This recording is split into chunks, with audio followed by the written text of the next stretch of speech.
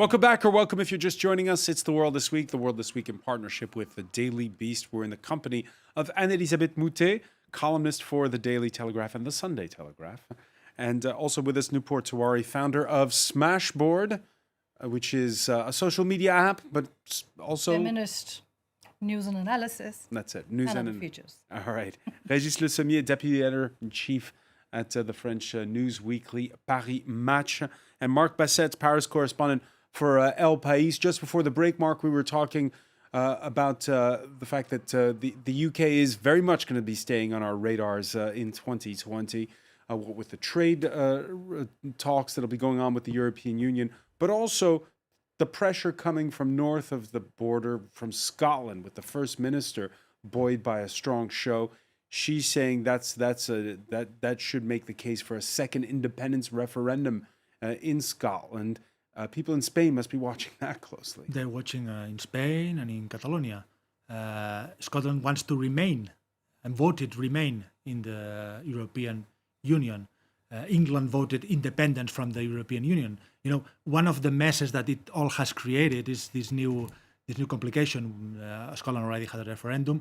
They want another referendum. I wonder how will Boris Johnson deal with this issue. How will he answer Nicola Sturgeon, Scotland? He said he'll ignore it, can he? He has, first of all, the vote of 2014. There was a referendum for Scottish independence in 2014, before the idea of Brexit was even invented. And Brexit vote at any rate, and the Scots voted to remain within the Union. Nicola Sturgeon now says that because of Brexit, the Scotland should be allowed to have another referendum. But in 2014, the Scottish government signed on to the referendum, which has to be authorised by Westminster because it's a member of the Union, that they would wait for 10 years before holding another referendum if they didn't like the result of the first one. So that would be until 2024. Which, if you think about it, is not so far. The idea that Boris Johnson is going to say, no, you can have one straight away 4 years early, just when you've had so many votes within Britain is inconceivable. The idea said, look, you've got only 4 years to wait, make your case. I will make my case in sort of, making Brexit succeed, which is not yet something that is going to be certain. And depending on whether Britain manages to have a negotiation with the European Union that makes for easy trade and relations or not, I would imagine that the question of the referendum to the independence referendum will become entirely either moot or necessary in the next few years. I don't see why the schedule should be shortened. But what if this is a question, what if the Scottish do as the Catalan independentists and say, even if Westminster doesn't give us permission to organize a second referendum, we will go ahead and we'll do it. Is it a possible scenario in... Several things. One is that Scotland receives actually more subsidies than the rest of Britain. Per capita, I think the average for all of Britain is about £9,000 something, and each Scottish citizen per capita receives in subsidies, and that includes transport and stuff like that, from the government. Scotland is not the richest part of the United Kingdom, and therefore they don't have the same. But it's not always economics that drives nationalism. It's ideology. It is ideology. It certainly is not economics. Whereas in Catalonia, I think a great deal of it was also economics, because I think Catalonia, like the former Lega Nord in Italy, were tired of paying for everybody else in Spain, quote unquote. I'm not saying that right or not. I'm saying that's what I heard at the time. Let's take a look at what's going on here. They have a term in French for when the country slows down for Christmas. It's called the confectioner's truce, the idea that candy makers can now enjoy a well-deserved break. Travelers have been promised a partial respite from strikes that have been going since December the 5th in France, with a few more trains before it all kicks off again with fresh pension reform protests in the new year. Train conductors, who currently retired 52, particularly mobilized in the biggest labor challenge to Emmanuel Macron since his 2017 election as president. So, yeah, let's give the travel news here, Régis. It's going a little better on this Friday before Christmas, but it's still chaos out there. It's not really going a little better. I mean, if you say a little better, one train out of five on some lines, with the exception of, if you take the metro, the Paris metro, with the exception of the automatic trains of the number Right. 1 and number But the high-speed 15. trains, it's one I out of took every the metro this morning. It was by chance that I was really lucky to get to the destination I was wanting to get to, and obviously what I heard from coming here, that's going to be not So it gonna strikes for Christmas as well. yeah, and tomorrow is going. There has not been many improvement. I mean, if you look at what the Prime Minister Edouard Philippe has been showing a good face and trying to negotiate, talked with, saying he was firm but not close to negotiation, and appealing to everyone and talking to everyone around the table, but. There's not been any change. I mean, the change that could trigger a movement within the syndicate would be the age of retirement, but which is something that a principle that the CFDT, which is one of the main union, has been looking. But the other one, they don't care. They want the reform to get out. They don't want the reform. They want the reform scrapped. Withdraw, and this is not what the government is about to do. So there's going to be a huge demonstration planned on January 9th, and again we're going to count the number of people that are going to be on strike, and so it's going to be all over again. I hope that the French people will have enough trains to go on vacation, and that it won't be chaos in the main train station. But I'm not sure about that. Your thoughts on the strikes, Nubor? I'm not going to, today I'm going to play that, the distractor. Just like politicians, they don't go to answer the questions that they ask. I'm trying to not answer the questions that we are raising here, and rather draw attention to other things. And I think one of the reasons why these strikes are actually, so persistent, one of the many reasons, is also that a lot of people now feel that this is the only way they can be heard. So, for example, the very recent feminist protest that we had, which was the biggest march ever in France from a feminist perspective. And I bring this in because this is the time when we have to start looking that the disenfranchised, which is women, people who are working small jobs, these are people who are going to find... they want to find a way to stop this. So resistance, a blockade, this is what I'm thinking, that there are people who are actually beginning to say, let's just stop going to work. So it's just to be clear on this, it's not just that the French like to go on strike, although it is to a certain degree that we like, just like Boris Johnson goes on about how much the British love the National Health Service there, we like our social welfare system. Oh, the French. It's very interesting because you talk about populism in all of Europe as if it were one united movement, but it's like Tolstoy's Unhappy Families. Every nation does populism in their own way, and the French way to do populism is to want more state, to want going back to the 30 years, the Trente Glorieuses, as the French call them, after World War II, when the country was reconstructing, when there was growth, but when there were a great deal of civil. Can I finish my sentence, Sure. please? Thank you.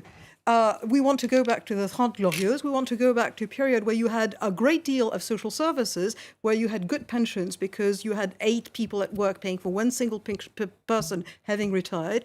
And in general, you also had a ruling class that was made of civil servants who were completely disinterested. This is fact, an erosion of social services, an erosion of the state that's been noticeable over decades. I agree with Nupur on this one. I think people feel at the same time that the value of the services have gone down and nobody listens to them unless they make a gigantic fuss, and that's a great tradition. But it's also that they're looking back at a time which I said something which is not going to happen again, because we're not going to have 5% okay, so growth. I agree with most of what you're saying. Please. Yeah, but I mean, like, no, but I'd like to finish instead of being interrupted. Okay, fine. They always say that men interrupt women. As you wrap it up in But so you're being very mannish on this one. Yes. Yeah. But no, what I'm saying is that there will not be growth of 5% anymore in France, and therefore some things we will not see again. There will not be the same age pyramid. That being said, I understand the people who go on strike, because that's exactly what you said. Okay, so I was just trying to have a conversation with you. I wasn't interrupting you. Yes, you But were. I wanted to say that there is one thing that I agree with you, that yes, we want to go to a past which is hard to attain right now, but it's not just about that. A lot of people who are fighting, with these strikes or with other things are actually far less privileged than you and I are, and especially you, Anne. Sure. So this is not just about the conservative point of view of, we are trying to disrupt things and this is populism. People's lives are disrupted. People do not have jobs. They cannot, they cannot get help when they need medication. There is racism in France. There are tons of things that are happening All right, here. here it's To about make it as simplistic as this is just populism trying to get back to a golden past, that's not enough. We need to not what go I beyond said, that. but- If I can add one thing to all of this, is that I think it's rather rare to have the far right and the far left demonstrating against the government. And you have this, you have Marine Le Pen and you have Jean-Luc Mélenchon united in that, which is, I don't think it's a first, but it's all the movement, and as you said, and it's this basically are the lower middle class people and the people from the working class that are in the street, and this is, I think, a sign that we have a tendency to see in our society, and especially in France, when you're moving around Paris, you tend not to see what's happening in the deep France, and this is a movement when you talk about, for instance, the teachers. The first strike that occurred on December 6th, one teacher out of two went on strike, which is huge. It's 450,000 people all of a sudden. Why? And there were people, there were teachers. Usually the teachers are the ones who currently their protest. pensions are based on the last 6 months of their Exactly, of and their, they did their math, and they're going to lose, and a number of other people. It's not only the most visible part is, of course, the train drivers and these people, because they have this power to interrupt, and they have this power to cause mess. But a lot of people are losing with that reform, and there is That's very true. Just one more thing I wanted to say, Francois, was that, there was a nurse who was talking about the strikes, and she said that, she just works for a small company that sends her to a big chain of hotel to work. And she said that, all the tourists that are coming to France, I'm the woman who's cleaning the hotel rooms, and if I'm not going to turn up, well, then, there are going to be consequences, and I'd rather not go to work, even if the trains and the metro is moving, because there has to be a blockade. And I think that's the sentiment that we need to also focus on. There's been a winner in all this, which is bicycle salesmen. The numbers have shot up on the road since the start of the month, plus 104% in the French capital. There's also been more accidents, by the way, not just two-wheelers. There's been accidents involving, bicycles, scooters, Marc Basset's, up 40%. But what's your thought of, it's been since December 5th, what's your thought of Paris during strike days? Well, Parisians are trying to get used to a new lifestyle, we could say, even if it's just almost 3 weeks. But it's also, it's a very Parisian strike, contrary to the Yellow Vest a year ago, which was a strike in the small cities in the French province, a strike motivated by the issue of car, of gas, diesel, etc. Now it's a strike that affects mostly Paris. But I haven't been out of Paris in the last, I don't know you, but in the last days. But it seems that if once you get out of Paris or big French cities, the strike is not as visible. Of course, the day that the teachers do a strike, it is. But the rest of the days, it's all continuous transportation. It's almost normal in many parts. It's almost normal. We can have a lot of discussions about the French malaise, the problems with the welfare state, etc. But it's a strike of a very tiny part of the French working force, really. The Transport unions are the transport unions who have a huge power. But to go back to what you just said, I think what's worrisome is the fact that there's a climate, and there's been a climate of social unrest for over a year. And this situation, with the pensions, with the retirement issue, is only one part. I mean, it's key to the government, because Macron, as it said in 2016 during his campaign, was going to make this as a sort of cornerstone of his presidency. But in fact, the social unrest created on this particular issue adds to a climate of social unrest that's been going on for over a year. And we don't really know where this is going to go. I mean, maybe we'll get a little relief for Christmas and New Year's Eve, but it's going to be back to business, I'm afraid. Right. Also, in the larger picture, there has been Yellow Vest, Nuit debout. So in some way or the other, the discontent is hitting back. It's not going away. All right. Narendra Modi may have won a landslide re-election earlier this year, but could India's Hindu nationalist leader now be facing his stiffest challenge? The swift passage of the Citizenship Amendment Act, breathing life into a seemingly subdued opposition. The bill offers a path to Indian nationality for refugees from Muslim-majority Pakistan, Afghanistan, Bangladesh. Muslims conspicuously absent from the list of religions specified. The Prime Minister issuing a tweet in English earlier this week. I want to unequivocally assure my fellow Indians that it does not affect citizens of India of any religion. He goes on to say that this is for those who faced years of persecution outside and have no other place to go for except for India. That is not reassuring, though, the country's estimated 170 to 200 million Muslims, nor those who believe that India should remain a secular state. You have everything. You have army, you have police, we have nothing. We are, you can see that we have only our national flag. But then also we are fighting against this because we are more powerful than you. I'm scared. We're all scared. And we do not want to be frightened in our own country. I am scared for my friends who are Muslims, and I feel bad for them. And I don't want to feel that way, and that's why I'm protesting here. Is this going to blow over, Nupur Tiwari? Not so easily. For two reasons. One is that, when you started talking about India, you said that this is perhaps one of Modi's biggest challenges. Is he facing a challenge? I think the people of India are facing a challenge in Modi, because what you see right now happening in India is being reported as violent protests. Now, for those who don't know, a lot of protests that happen in states that were not under the BJP control, in the sense that not BJP governed states, but states governed by others, had perfectly peaceful protests, non-violent protests. It's only in the states where the BJP has control, where it's shutting down the internet. This is literally a digital extension of human rights violations, shutting down mobile networks in Delhi. I mean, come on. They say it's to prevent inflammatory speech that could heighten violence. The inflammatory speech actually comes from BJP's followers. And there is this, so this anyway has been, and I have been on your shows before to say this and received a lot of army of trolls critiquing me for that. But this has always been the agenda of this government, to create unrest, to pit Hindus against Muslims. This has played out already in Gujarat in this very similar pattern before. And this whole, the whole Citizenship Amendment Act that has been brought in, it's a completely arbitrary law that has been brought in. It's a very complex thing for me to explain here. Yeah. But it suffices perhaps to explain that Assam, which is a very large state in India with a very porous border, is actually opposing this bill for very different reasons. Because there was, a survey done for the NRC where people were going to see how many illegal immigrants are there. Now, this didn't go according to the expectations of the BJP because there were a lot of Hindus coming in from Bangladesh as illegal immigrants. So they tried to cover that up by bringing in this new law.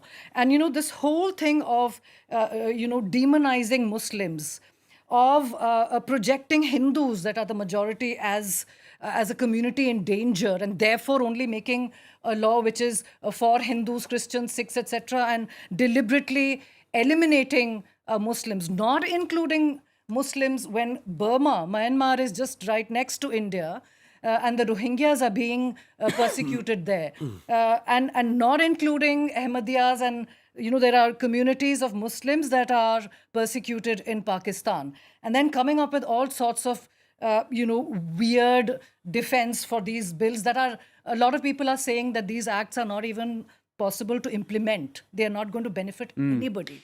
It's just to create a narrative. We began the show wondering how the democracy was doing in America. How's democracy doing in India, Elizabeth? I know less about democracy in India. It still is a democratic country, but I have more questions than answers, and I would ask them from Nupur, because what was the point specifically now when the president has been re-elected with such a majority? Why do this? You can understand somebody who feels that he really has to gain more followers. Why is he doing this now? Oh, because like I said, this has always been the BJP's agenda, to work on the lines of religious divide. And in fact, in the region, now they have this, they've also had this ambition of But that to what effect? Hindu nation to have this kind of dominance in the area as the Hindu nation. So Hindus are most welcome where they are being persecuted to come into India, as if Hindus are the are the persecuted minority, when in fact they are the oppressor majority in India. So the BJP actually has a very, very extremist Hindutva ideology. They have been doing this little by little, expanding their base, and now actually passing laws. In fact, this winter parliament session was a horror. For a lot of minorities. There were trans people who were completely unhappy and rejected an act which was made for their protection. All right. So this is actually literally playing out like a kind of Nazi regime, where you are, and this is not an exaggeration anymore. There are tons of people who are actually even supporting the BJP who have now understood that this regime is actually working like an autocratic. Remember that the press has been warned. The press has been warned. Okay, we're running short on time. Yes. I was wondering. I mean, maybe you could We're unfortunately we're out of time, so we're not. Okay, I have just to leave just it there. wondering how this is going to play out with Pakistan and how the relation between India and Pakistan. I think is this going to create new tension? Apparently, Imran Khan put out a statement about all Yeah, this. he and did put out a statement, and it will obviously play out, especially because of in disputed Kashmir, the internet is still out since the month of August, but unfortunately, we're running short on time. Régis Le Sommier, I want to thank you. And Elisabeth Moutet, I want to thank Newport Touari, Mark Bassett. Stay with us.